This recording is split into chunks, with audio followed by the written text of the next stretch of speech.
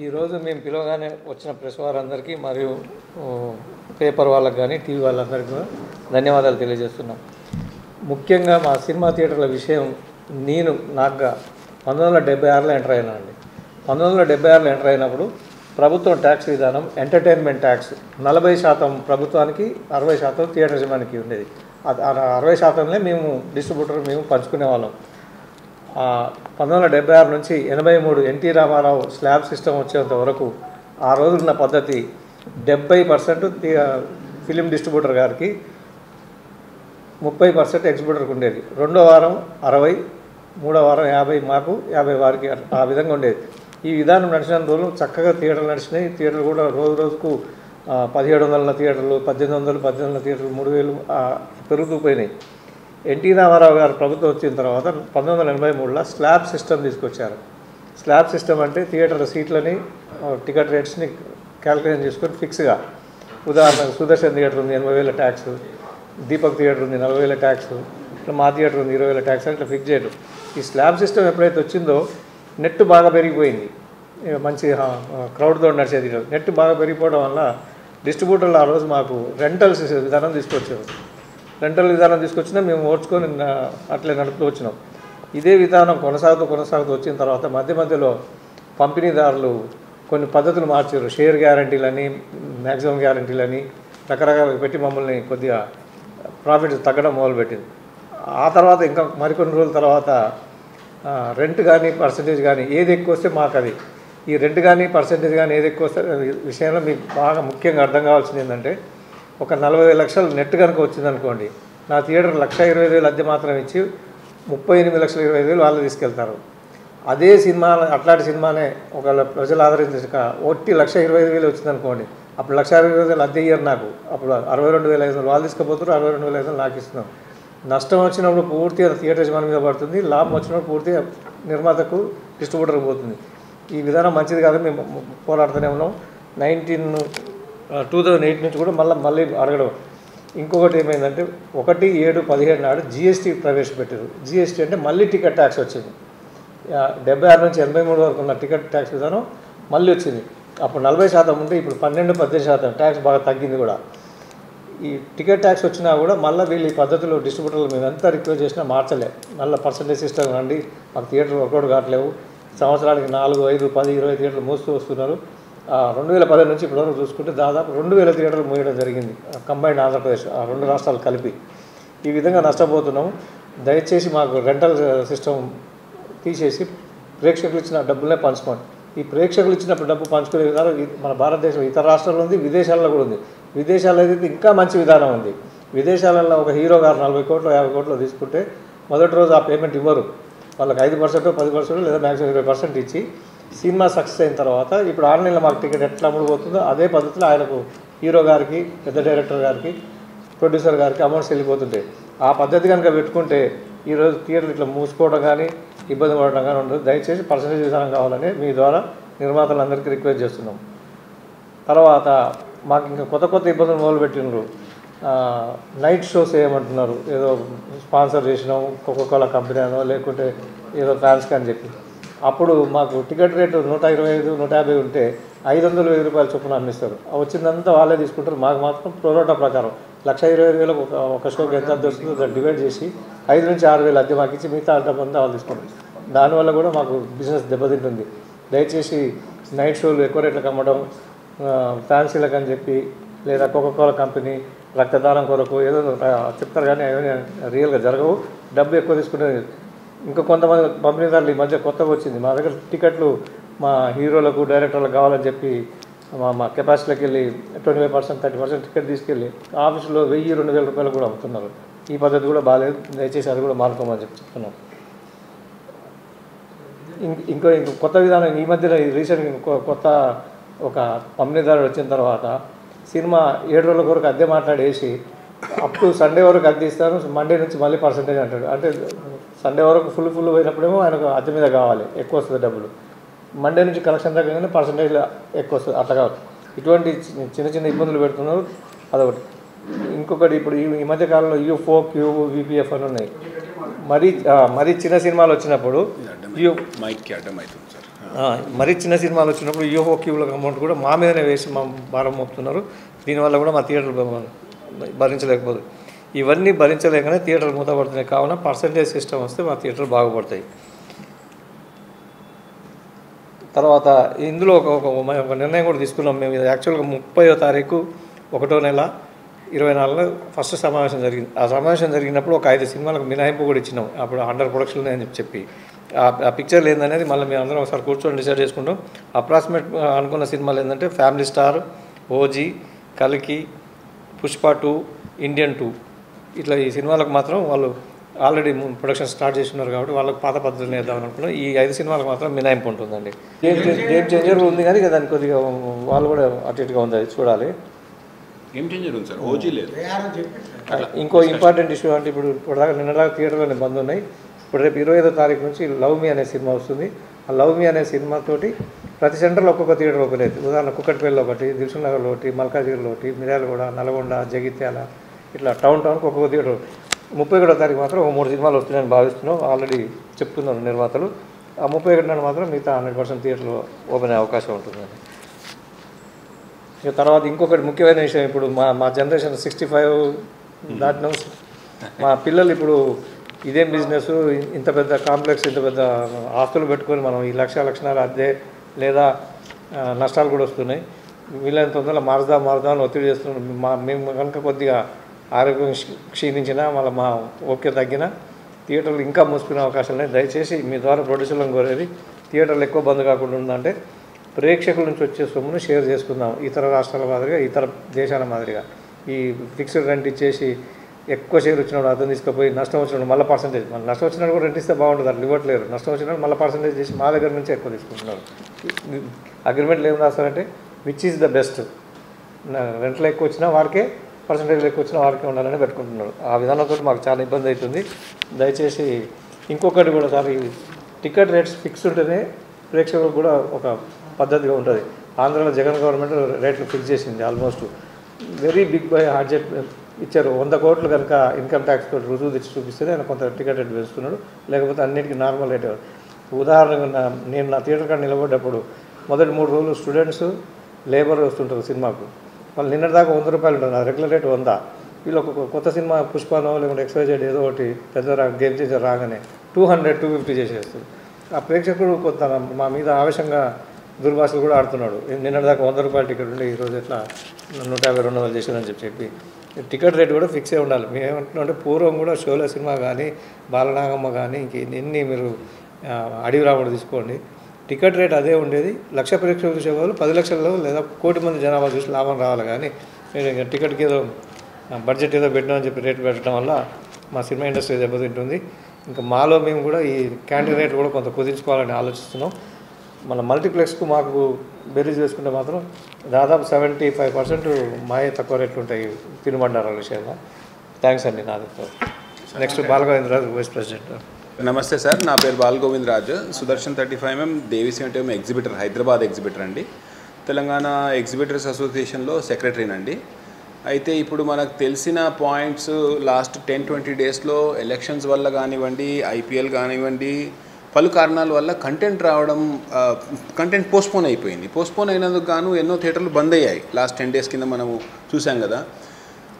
ఇది ఒక temporary environment అనేసే మాకు అనిపిస్తుంది. కాకపోతే దానికి వెనకాల ఉన్న రిక్వైర్మెంట్ సింగిల్ స్క్రీన్స్ బంద్ కాకుండా ఉండాలి అని అంటే దాని రెవెన్యూ పెరగాలి అనేసి మేము పోయిన 1 ఇయర్ నుంచి కూడా రిక్వెస్ట్ చేస్తున్నాము.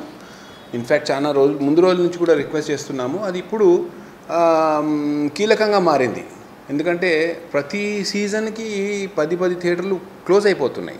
ముందు సింగిల్ స్క్రీన్స్ బంద్ అయిపోతాయనే మాటనే కనబడుతుంది. సో సింగిల్ స్క్రీన్స్ బంద్ అయిపోతాయనే మాటలో చూస్తే దొంగ ఎవరు అని చూస్తే దొంగని కాదు, యాక్చువల్ కారణం ఏంటని చూస్తే ఆడియన్స్ కాదు. ఆడియన్స్ వందల వేల లక్షల మందిలో సింగిల్ స్క్రీన్స్లో చూస్తున్నారు, సినిమాలు ఆనందంగా చూస్తున్నారు, తక్కువ ధరలో చూడగలుగుతున్నారు. అదే స్కేల్ ఆఫ్ ఆపరేషన్ అంటే ఒక పెద్ద థియేటర్లో 1400 సీటర్లు 1200 సీట్లో వైబిలిటీ మచ్ ఈజియర్. అంటే ఆడియన్స్కి 50 రూపాయల్లో పెద్ద సినిమా చూడగలిగే శక్తి సింగిల్ స్క్రీన్స్ ఇస్తుంది బేసికలీ. సో సింగిల్ స్క్రీన్స్ బంద్ అయిపోతున్నాయనే బాధతో బాగా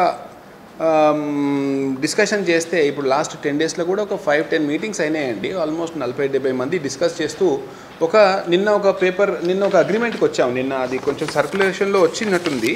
పర్సంటేజ్ విధానము ఇలా ఇస్తే సింగిల్ స్క్రీన్స్ బతికి బట్టగడతాయి అనేసే ఒక ఒపీనియన్కి వచ్చాము. మేము ఇండస్ట్రీని కోరుతున్నాము, అందరి ద్వారా ఇండస్ట్రీని కోరుతున్నాము. ఆల్మోస్ట్ అందరూ పెద్ద ప్రొడ్యూసర్లు అందరూ సుముఖంగానే ఉన్నారు.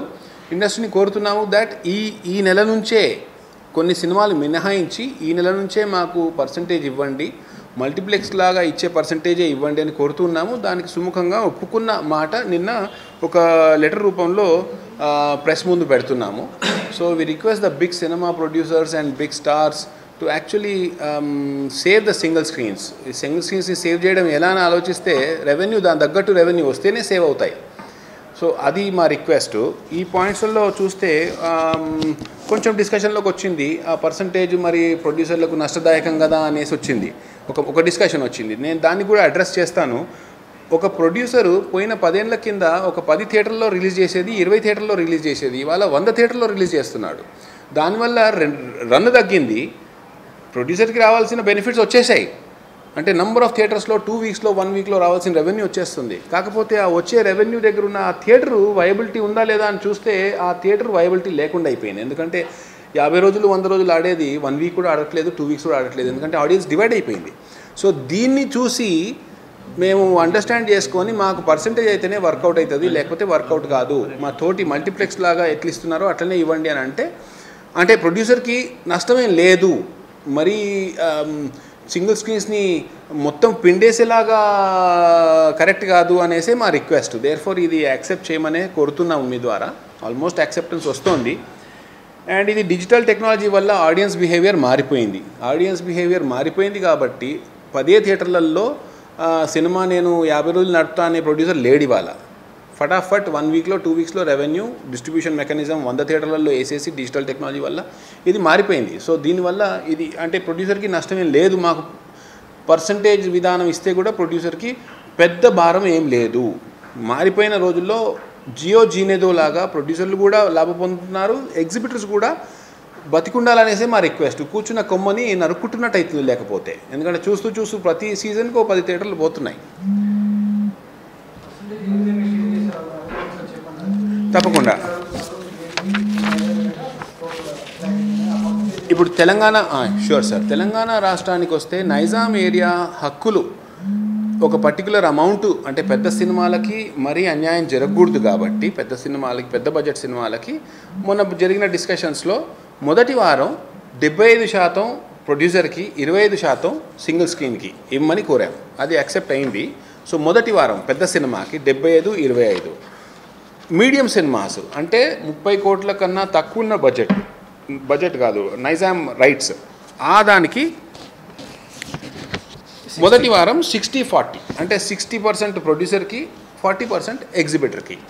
ఇదే మీరు కంపేర్ చేస్తే సింగిల్ స్క్రీన్స్కి మల్టీప్లెక్స్ కంపేర్ చేస్తే మల్టీప్లెక్స్ ఇంకా ఎక్కువ ఉంది రెవెన్యూ వాళ్ళకి. వాళ్ళు డైరెక్ట్ 55% తీసుకుంటారు. అంటే మొదటి వారం 45% తీసేసుకుంటారు, పెద్ద సినిమా కానివ్వండి, చిన్న సినిమా కానివ్వండి. బట్ మేము సింగిల్ స్క్రీన్స్ 1980s నుంచి మన ఇండస్ట్రీతో ట్రావెల్ అవుతూ వస్తున్నాం. We will understand the plight. ప్రొడ్యూసర్స్కి ఎంకరేజ్ చేయాలనే మాకు కూడా తెలుసు. అయితే ఈ 25%, 75%కి అందుకు ఒప్పుకున్నాం. అంటే వీఆర్ మల్టీప్లెక్స్ కన్నా తక్కువనే అడ్జస్ట్ అయ్యాము actually. So medium budget cinema less than 30 crore Nizam rights దానికి 60-40 first week, second week 50-50, third week 40-60 అలా వస్తుందండి. ఒక చార్ట్ ఉంది. దెన్ చిన్న సినిమాలు 10 కోట్లకు చిన్న సినిమాలకి 50-50 మొదటి వారం, రెండో వారం 40, మూడో వారం 30. అది మొదటి నుంచి వస్తున్న నార్మే, దేశవ్యాప్తంగా ఉన్న నార్మ్. అది సింగిల్ స్క్రీన్స్కి దేశవ్యాప్తంగా ఉన్న నార్మే అది. సో సార్ 1956 నుంచి అదే పద్ధతి సార్.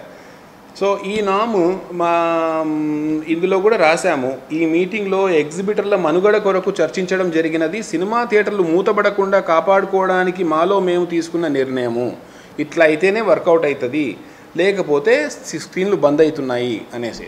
సో మీ ద్వారా we're requesting the film industry to approve this and move forward. So ఇప్పుడు మేము తెలంగాణ ఫిల్మ్ ఛాంబర్కి రిక్వెస్ట్ చేస్తున్నాము, అట్నుంచి మిగతా బాడీస్కి వెళ్తుందండి.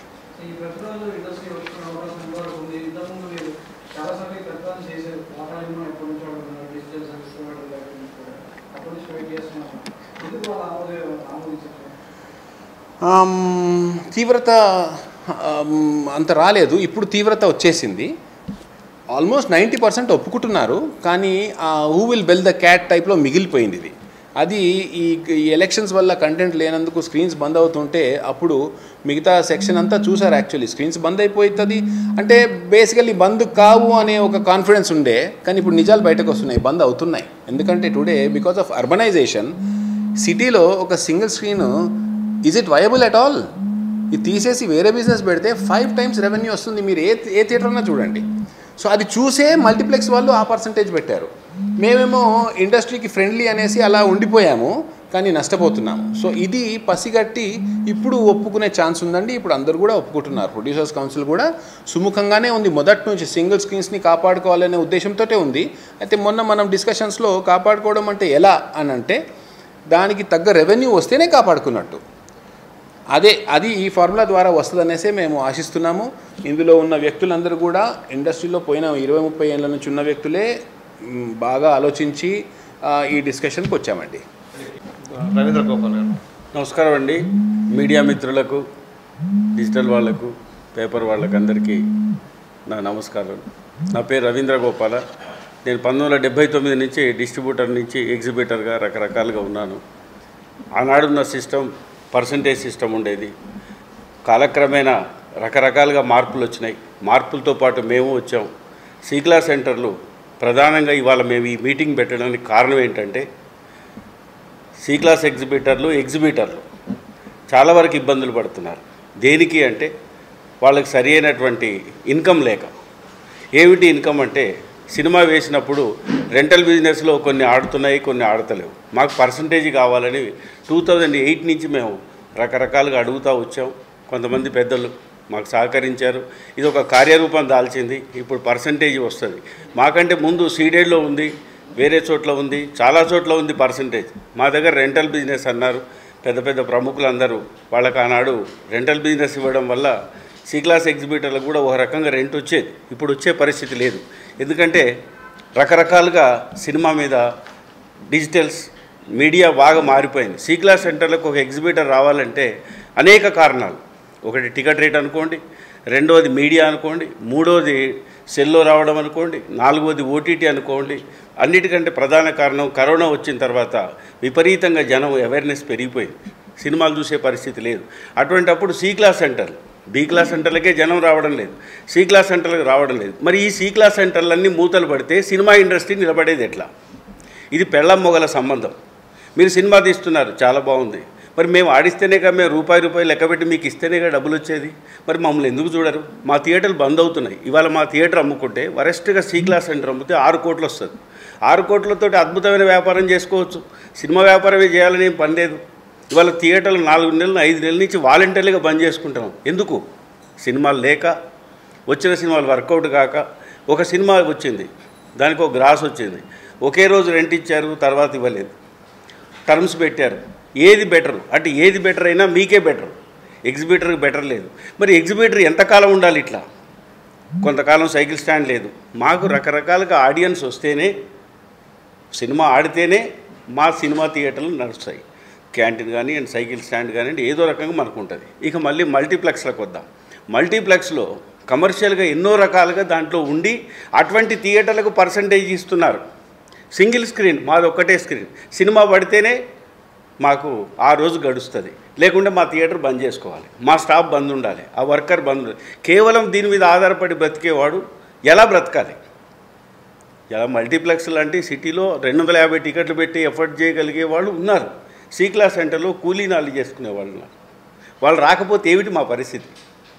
అక్కడ 50%, 45% ఇస్తున్నారు, ఇక్కడ రెంట్ అంటున్నారు. వస్తే రెంట్ ఇస్తున్నారు, లేకపోతే రెంట్ ఇవ్వడం లేదు. మరి ఎట్లా మేము మెయింటైన్ చేయాలి? అందుకే దయచేసి మేమందరినీ ఈ సినిమాకు సంబంధించిన ప్రతి వ్యవహారానికి తెలవాలని, తెలియజేయాలని ఈ మీటింగ్ పెట్టాం. మాకు పర్సంటేజ్ ఇవ్వండి. ఇవ్వకపోతే ఇప్పుడు ఫస్ట్ 500 థియేటర్లు ఉండేది నైజాంలో, తగ్గి 200 సి క్లాస్ సెంటర్లకు వచ్చినాయి. అవి కూడా బంద్ అవుతాయి. బంద్ అయినా లేండి, మేము ఏ క్లాస్లో వేసుకుంటాము, మల్టీప్లెక్స్లో వేసుకుంటామనే డిస్ట్రిబ్యూటర్లు కూడా కొంతమంది ఉన్నారు. అయ్యా దయచేసి అర్థం చేసుకోండి. మీ మల్టీప్లెక్స్లకు వచ్చే షేరుకు మా సి క్లాస్ సెంటర్స్ వచ్చే షేర్లకు మీరు కంపేర్ చేసుకోండి. మా దగ్గరనే ఎక్కువ వస్తున్నాయి. మాతోటే మీకు రెవెన్యూ బాగా పెరుగుతూ ఉంది. నెక్స్ట్ పిక్చర్ కూడా ఇంకో హీరో పెరగాలన్నా, ఓ డైరెక్టర్ పెరగాలన్నా, ఓ ఆర్టిస్ట్ పెరగాలన్నా 4 మూలలు తిరగాలి, సిటీతోటే కాదు. కాబట్టి సి క్లాస్ సెంటర్లను బతికించాలి అంటే మీరందరూ సహాయం చేసి మాకు పర్సంటేజ్ బేసిస్లో మేము ఈ నిర్ణయం మేము తీసుకున్నాం. ఇది తీసుకోకపోతే మా థియేటర్లు అమ్ముకోవాల్సి వస్తుంది, మేము వేరే వ్యాపారాలు చేసుకోవాల్సి వస్తుంది. మరి మీరు సినిమాలు తీస్తున్నారు, మరి మేము థియేటర్లు ఉంచుకోవాలనే ఆలోచనతో ఉన్న వయసున్న వాళ్ళు ఉన్నాం. కాబట్టి పర్సంటేజ్ చేసుకుంటున్నాము, మేము తీర్మానం చేసుకున్నాం. దీనికి పెద్దవాళ్ళు కొంతమంది మాకు సుముఖంగా ఉన్నారు, చెప్పారు, అయ్యా ఈ సినిమాలు 4-5 సినిమాలు ఉన్నాయి, వీటి తర్వాత మేము పర్సంటేజ్ ఇస్తామన్నారు. జూలై 1 నుంచి 100% పర్సంటేజ్ చేస్తాం. మా ఎగ్జిబిటర్లను కూడా మేము ఒక తీర్మానానికి వచ్చాం. మేము బతకలేము, ఇంకా ఈ పర్సంటేజ్ ఇవ్వకపోతే మా థియేటర్లు నడవై. మేము ఏం చేయాలి? మా వయసు అయిపోయింది, ఇప్పుడు కొత్తగా మేము ఏ పని చేసుకోలేము ఈ సినిమా తప్పితే.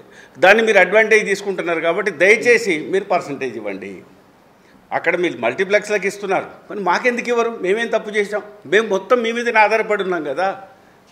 మా సినిమా మీరు వేసిన సినిమా పొద్దున్న టికెట్ బుకింగ్ 11 o'clock ఓపెన్ చేస్తే రాత్రి 12 గంటల దాకా మేము కేవలం మీకోసమే ఉన్నాం, మీ సినిమా ప్రదర్శన కోసమే ఉన్నాం. మరి మీరు ఎందుకు అర్థం చేసుకోరు? ఎంతసేపు మమ్మల్ని బతకనివ్వడానికి ఎందుకు ఆలోచించరు? సినిమా ఇండస్ట్రీలో మేము ఒక భాగమే కదా. రకరకాలుగా మేము బాధపడుతున్నాం, మాకు వేరే ఇన్కమ్ లేదు. కాబట్టి దయచేసి ఈ పర్సంటేజ్ సిస్టమ్ అనేది మా నైజాంలో ఇంప్లిమెంటేషన్ చేయాలని మాకు పెద్దలు కొంతమంది చెప్పారు. వాళ్ళు మాకు సహాయ సహకారాలు అందించారు, వాళ్ళు కూడా ఒప్పుకున్నారు. వాళ్ళు ఎగ్జిబిటర్లు, డిస్ట్రిబ్యూటర్లు, ప్రొడ్యూసర్లు, వాళ్ళు అన్ని క్రాఫ్ట్లలో ఉన్నవాళ్ళే. కాబట్టి సుముఖంగా మేము తీసుకున్న నిర్ణయం ఇది. ఈ నిర్ణయాన్ని మేము వాటి నుంచి జూలై 1 నుంచి అమలు పరుచుకుందాం అనుకుంటున్నాం. కాకపోతే సి క్లాస్ సెంటర్లన్నీ బంద్ చేసుకోవాల్సి వస్తుంది. బంద్ చేసుకుంటాం. ఇప్పటికే చాలా థియేటర్లు బంద్ అయినాయి, మళ్ళీ రీఓపెన్ అవుతాయి. వీటికి తగ్గట్టుగా ఆనాడు 79 డిస్ట్రిబ్యూషన్ ఆఫీసులు ఉండేవి, ఇవాళ 4-5 ఆఫీసులే ఉన్నాయి. ఆ డిస్ట్రిబ్యూషన్ ఆఫీసులు కూడా రకరకాల పంతాలకు పోతున్నాయి. ఏమిటి అంటే ఒక ఎగ్జిబిటర్ అనేవాడిని ఒక స్లేవ్స్ చూసినట్టు చూస్తున్నారు. తప్పండి. మీకు మేమెంత అవసరమో మీరు మాకంతే అవసరం. ఇది మ్యూచువల్ బెనిఫిట్, ఇది వ్యాపారం. వ్యాపార పద్ధతిలో పోదాం, ఒక క్రమమైన పద్ధతిలో పోదాం. ఆనాడు అగ్రిమెంట్లు ఉండేదండి. నేను తారక రామ ఫిలిమ్స్లో పనిచేసినప్పుడు ఒక అగ్రిమెంట్ వెరీ క్లియర్గా ఉండేది. పర్సంటేజీ ఇంత పర్సంటేజ్, 70% డిస్ట్రిబ్యూటర్కు, 30% ఎగ్జిబిటర్, రాను రెంటల్ ఇవ్వని. ఇది పర్సంటేజ్ కానీ రెంట్ కానీ ఏదైనా పేపర్ మీద రాసుకునేటప్పుడు వెరీ క్లియర్గా రాసుకొని చెప్పండి. ఇప్పుడు వెనకడ మేము బ్లాక్ టికెట్లు అమ్ముకునేవాడు. ఎవరు? పని పాట లేని కొంతమంది వచ్చి ఒక 10 టికెట్లు 15 టికెట్లు అమ్ముకొని ఎక్కువ రేటుకి అమ్ముకునేవాడు. ఇలా డిస్ట్రిబ్యూటర్లు కూడా అట్లా అమ్ముతున్నారని విన్నాను. ధర్మమా ఇది? ఏంటిది? సినిమా ఇండస్ట్రీ 100 కోట్లు సంపాదిస్తున్నాం కదా, ఈ చిన్నవాటికి కకృతిపడి చేసుకోవాల్సిన అవసరమా?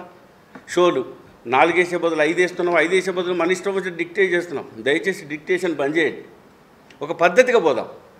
వ్యాపారం, సినిమా వాళ్ళం, మన మీడియా చాలా గొప్పది. యావత్ ప్రపంచంలో ఎవరైనా సినిమా వాడిని ఒక్కసారి ఆగి చూసి అబ్బా సినిమా వాడండి నమస్కారం పెడతారు. రాజకీయ నాయకునికి పెట్టరు, ఇంకోరికి పెట్టరు, ఇంకోటి దేవునికే పెట్టరు. మరి మన మీడియా ఎంత గొప్పది. అటువంటి మీడియాను మన చేతులతో మనం పాడు చేసుకుంటున్నాం. దయచేసి నా విన్నపం పత్రికాముఖంగా అందరికీ నేను చెప్పేది ఏంటంటే, మేము పర్సంటేజ్ చేసుకోవడానికి మేము నిర్ణయించుకున్నాము, లేకపోతే మేము థియేటర్లు బంద్ చేసుకోవడానికి కూడా సిద్ధపడ్డాము. మాకు పెద్దవాళ్ళు మీరు ఎవరైతే ఉన్నారో, అయ్యా మీరు మాకు సహకరించారు, ఇంకా సహకరించండి. మా మనుగడ కోసం, మేము బాగుండడం కోసం, మా బాగు కోసం మీరు అందరూ ముందుకొచ్చారు. కాబట్టి ఇంకా ముందుకు రండి, మాకు చేయూతనివ్వండి, మాకు హెల్ప్ చేయండి, మా థియేటర్లు బంద్ కాకుండా ఆపండి. ఇది మా విన్నపం.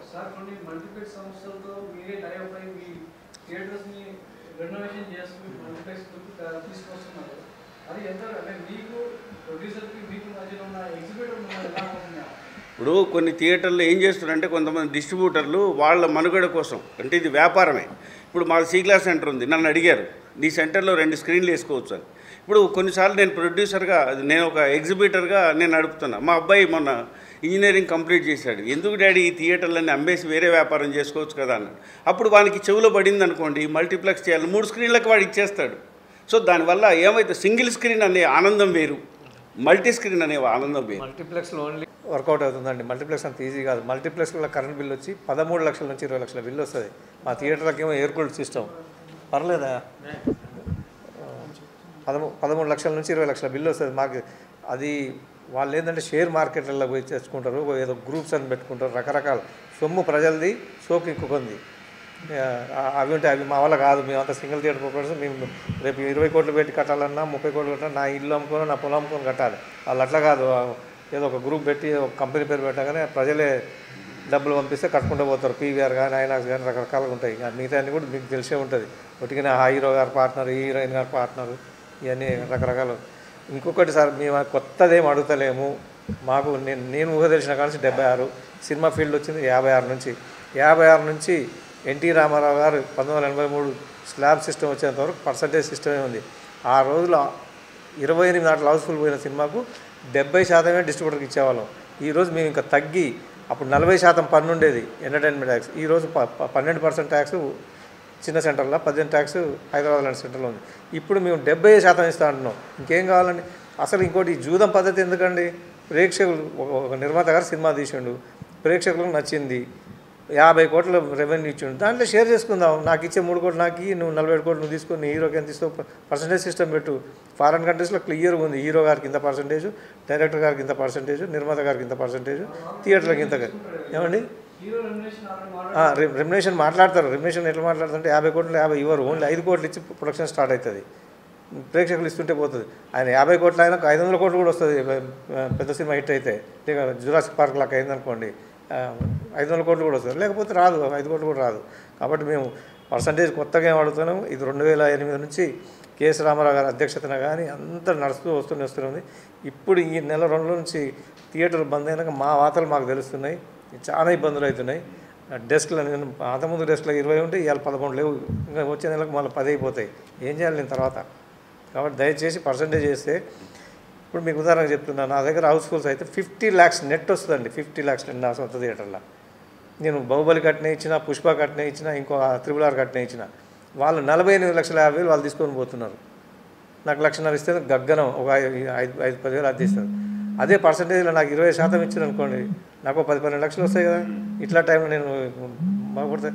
సింగిల్ స్క్రీన్స్ గత 10-11 ఏళ్ళ నుంచి 2,000 థియేటర్లు మూసుకున్నామండి. ఇంకా మీకు అది కూడా అవగాహన రాకపోతే ఏం చేయాలి? మేము దయచేసి మేము బతకాలంటే పర్సంటేజ్ సిస్టమ్ కావాలి. ఇది అందరం కూర్చొని మాకు మేము తీసుకుని తిన్నాము. దీనికి లీగల్ కొన్ని ఇబ్బందులు వస్తున్నాయి కాబట్టి ఖచ్చితంగా మాలో మేము తీసుకుని తిన్నామని ప్రకటించుకుంటున్నాం. ఇవ్వకపోతే నేను వేయను, బంద్ పెట్టుకుంటా థియేటర్. సినిమా ఇవ్వకపోతే బంద్ పెట్టుకుంటా. ఇప్పుడు బంద్ పెట్టుకున్నా 3 వారాలు, రేపు కూడా బంద్ పెట్టుకుంటా. కల్కి అయినా కూడా పర్సంటేజ్ ఇస్తేనే ఇస్తాను. అంటే ఇక్కడ మేము ఒక 4 సినిమాలకు ఎగ్జామ్షన్ ఇచ్చినాము, అందులో కల్కి ఉన్నదనుకుంటా. ఎందుకంటే మేము డిసిషన్ తీసుకుంది జనవరిలో తీసుకున్నాం. అప్పటి వరకు ప్రొడక్షన్లో ఉండి స్టార్ట్ అయ్యి ఆల్రెడీ రెమ్యునరేషన్స్ డబ్బులు అని రైట్స్ మాట్లాడుకున్న వాటికి ఒక 4-5 సినిమాలకు ఎగ్జామ్షన్ ఇచ్చినాం. అలా already family star.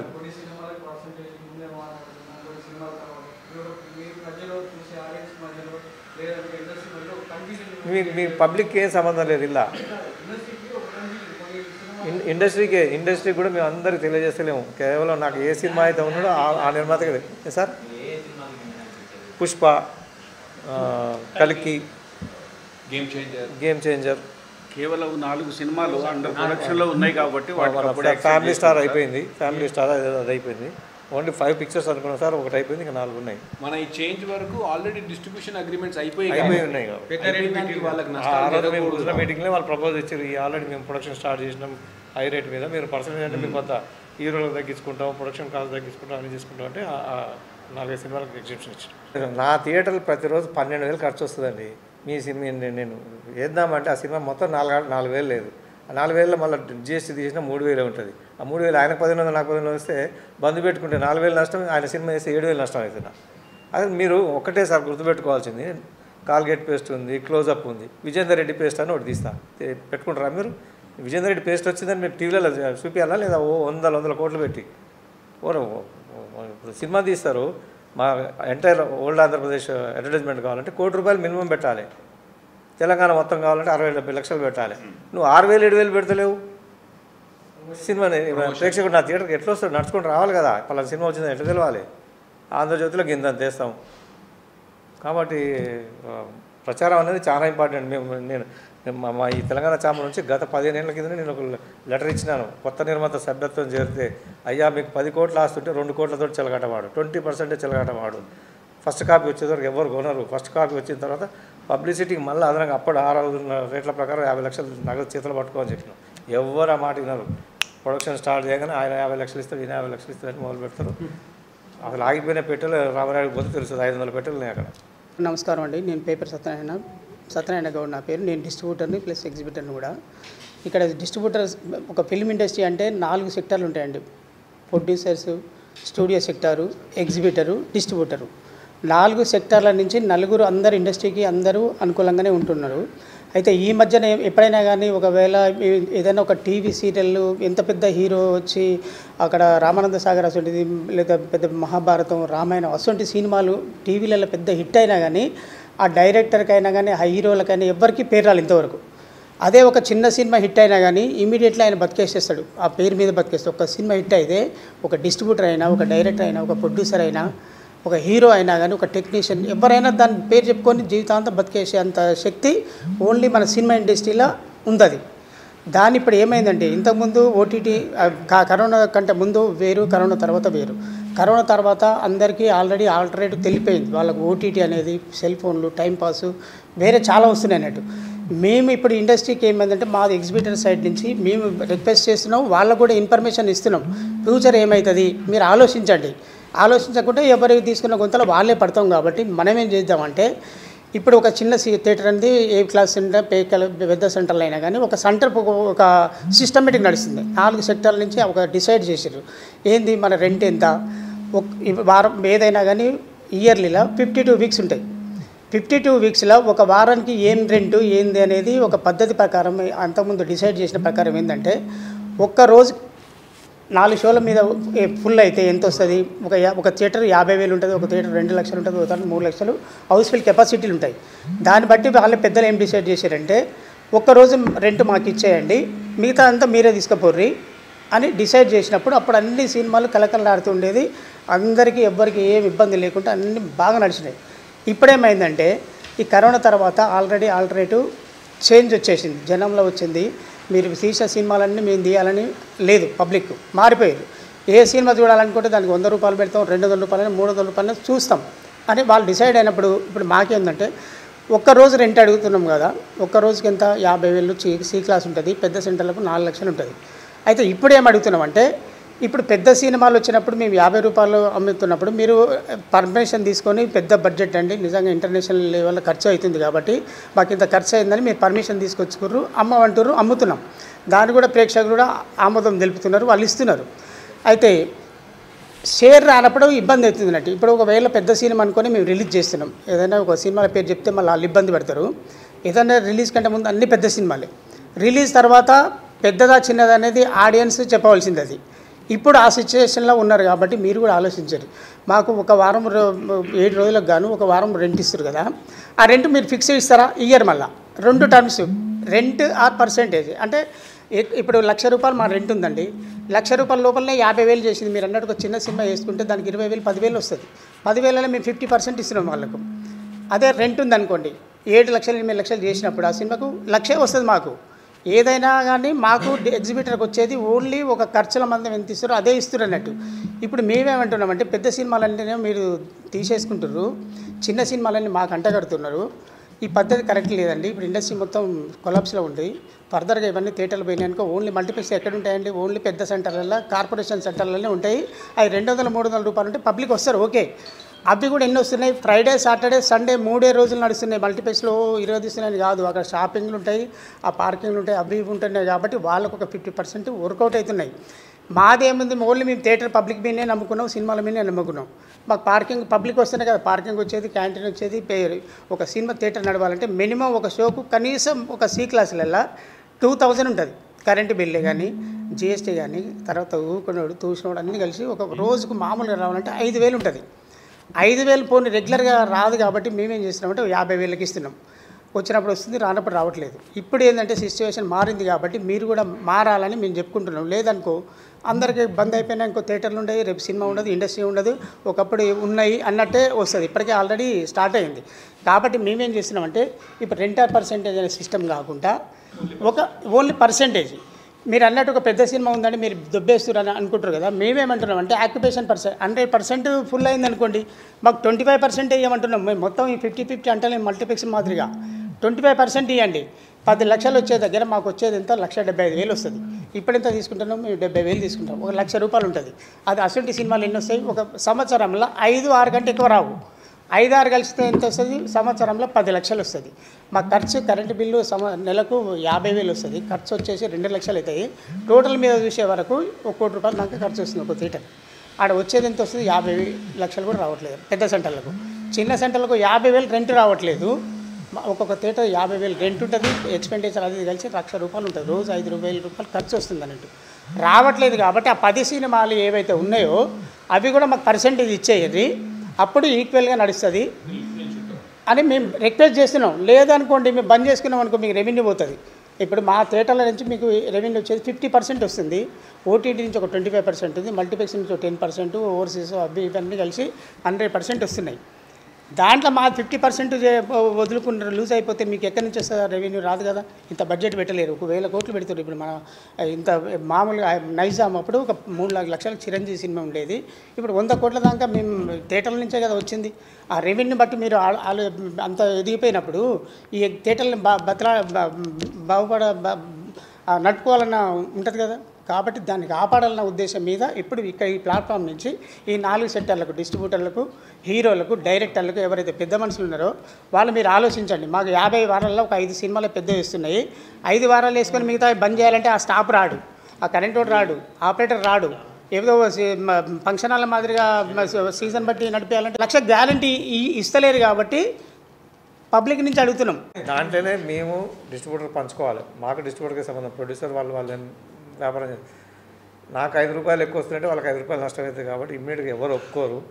Demand and supply కింద కూడా వస్తుంది. ఈ డిమాండ్ అండ్ సప్లై విషయం వస్తుంది కాబట్టి మేము ఇంతమంది ఐక్యమై మాకు ఇప్పుడు ఉదాహరణకు ఇప్పుడు మాకు లెటర్ మీద సైన్ చేసిన వాళ్ళు కానీ గత 2 నెలల నుంచి సైన్ చేసిన వాళ్ళు తీసుకుంటే 85 నుంచి 90% థియేటర్ యజమానులు సైన్ చేసేసారు.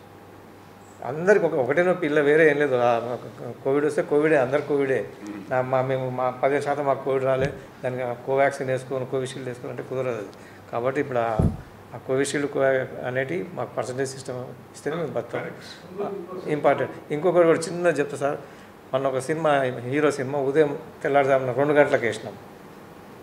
Heavy crowd full. ఆ ఫైర్ పట్టుకోవచ్చు, బర్ర తిప్పడం, లొల్లి కంట్రోల్ కాకపోతే ఎస్ఐ గారు వచ్చారు.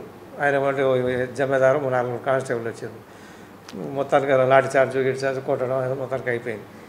సార్ మాకేంది అన్నాడు. ఏం చేయమంటారు సార్? ఒక 10,000 అన్నాడు. నాకు వచ్చే అద్దె 6,000 అండి అని చెప్పాను. 85,000 రూపాయల కలెక్షన్ చెప్తున్నావు, నీకు 6,000? అంతే సార్, అది ఆ సినిమా ఇవ్వకపోతే నాకు ఆ సినిమానే ఇయ్యాడు ఆయన. 6 ఆట కనుక నేను ఏనంటే నా థియేటర్ సినిమా ఏం అంటాడు.